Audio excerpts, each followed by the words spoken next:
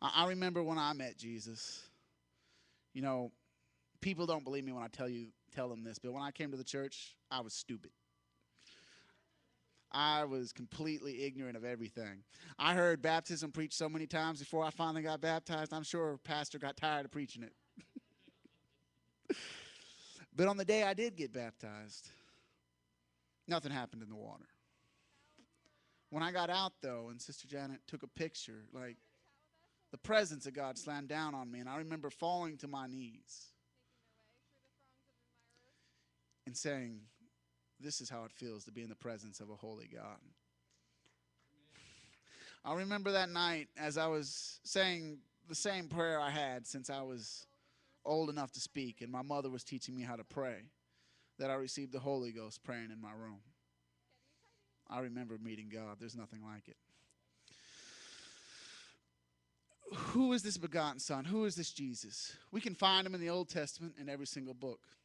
In Genesis, he is the seed of the woman and the rejected brother, the sacrifice son. In Exodus, he's the Passover lamb, the manna from heaven, the rock struck at Horeb. He's also the tabernacle. In Leviticus, he's the high priest and the scapegoat. In Numbers, the cloud and the fire and the water from the rock. In Deuteronomy, he is the great prophet and he is the city of refuge. In Joshua, he is the captain of our salvation and the commander of the army. In Judges, he is the judge and the lawgiver. In Ruth, he is the kinsman redeemer. In 1st and 2nd Samuel, he is the great prophet and the descendant of David.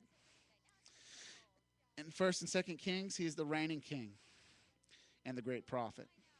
In 1st and 2nd Chronicles, he's the Lion of Judah and the wise king. In Ezra, he is the faithful scribe and the temple builder. In Nehemiah, he is the rebuilder of the walls.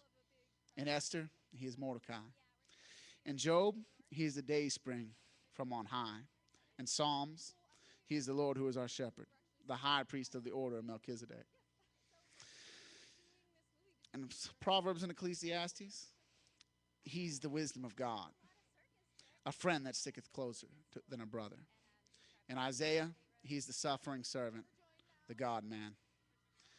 In Jeremiah, he is the weeping prophet and